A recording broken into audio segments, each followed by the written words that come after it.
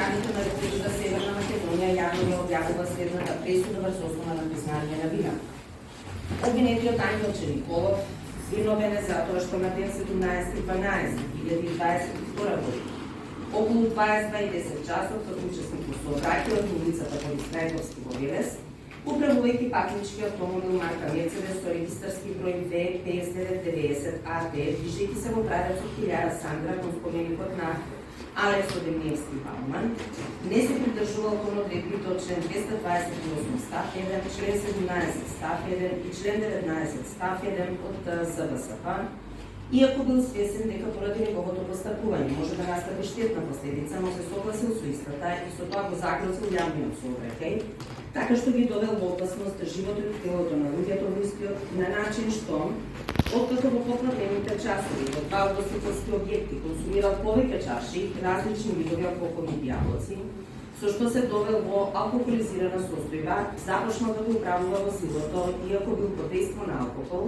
па приоѓајќи кон обележаниот пешачки премин во близина на Светличара Круг, кај основното училиште Васил Гавринов, иако бил должен, не постапувал во согласност со сообраќајните знаци, ниту го управувал возилото со таква брзина,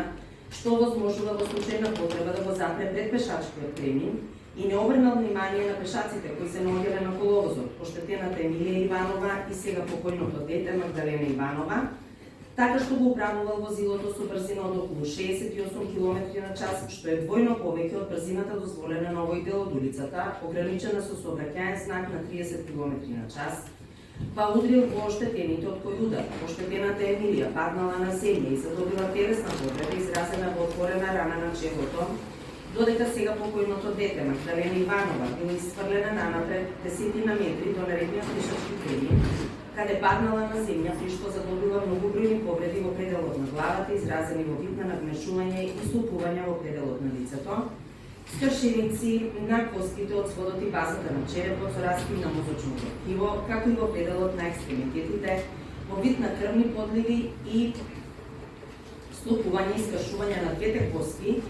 од десната подколеница и десната надлакотна коска, па како резултат на раскините на мозочното ткиво дошло до пореметување и прекин на работата на мозокот,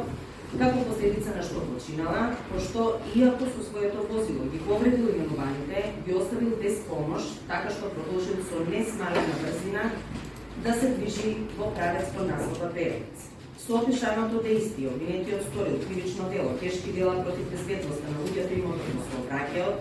од членот 300 став 2 во врска со членот 297 став 1 од кривичниот законник и кривично дело неукажување помош на лице повредено во сообраќајна незгода од член 301 став 1 од кривичниот законник, па врз основа на овој член, како и членовите 3, 32, 35, 39, 44 и 47 од кривичниот законник и членовите 102, 105 и 114 од Законот за кривична постапка, за кривичното дело тешки дела против безбедноста на луѓето и имотот во сообраќајот од членот 300 ставот 2 врска со член 297 став 1 од кривичниот законник му се утврдува казна заtvор во траење од 17 години и 6 месеци и за кривичното дело неукажување помош на лице повредено во сообраќајна незгода од член 301 став 1 од кривичниот законник му се утврдува казна заtvор во траење од 1 година, а за двете кривични дела се осудува на единствена казна заtvор во траење од 18 години, по која казна му се засметува и времето поминато во притвор, сметено од 19.12.2022 година од 11:30 часот, па се до започнување со издржување на казната затвор.